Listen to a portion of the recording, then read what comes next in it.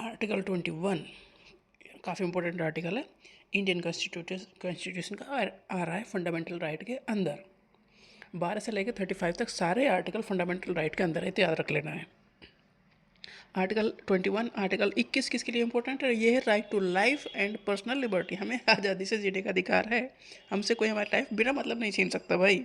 सरकार भी हमसे ऐसा नहीं, सरकार का मन करे चलो आज इन्हें उठा के मारते हैं, ये नहीं हो सकता। तो राइट टू लाइफ और पर्सनल लिबर्टी हमें दी गई है कॉन्स्टिट्यूशन के द्वारा। आर्टिकल 21 कह रहा है कि हम डिग्निटी के साथ अपनी लाइफ जी सकते हैं। No person shall be deprived of his life और पर्सनल लिबर्टी। हमारी जो आज़ादी है, कहीं भी हम घूम सकते हैं, आ जा सकते हैं एक लीगल वे में। ऐसा नहीं कि हमारा मन करे चलो मिलिट्री के वहाँ चले गए, ये नहीं है। जहाँ जाना वैलिड है वहाँ जा सकते हैं।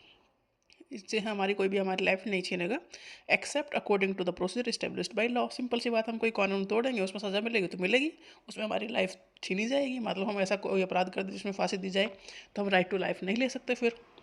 तो राइट टू लाइफ एक लीगल वे में सही हमें अवेलेबल है।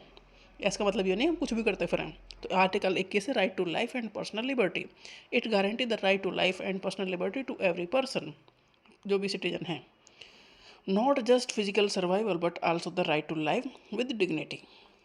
देखो, जिंदा रहना एक बात है, डिग्निटी के साथ जीना दूसरी बात है, और ये दोनों ही मिलेंगी आर्टिकल 21 के द्वारा हमें। इनमें हमसे कोई नहीं छीन सकता। अगर हम लीगल ढंग से चल रहे हैं तो अगर मान लो हम ही अपराध कर रहे हैं तो फिर हम ये कैसे मांगेंगे? तो ये नहीं हो सकता। फ्रीडम फ्रॉम आर्बिट्रेरी अरेस्ट और डिटेंशन, मतलब बिना किसी बात के अगर हमें पुलिस पकड़ के ले गई तो ये पुलिस नहीं कर सकती।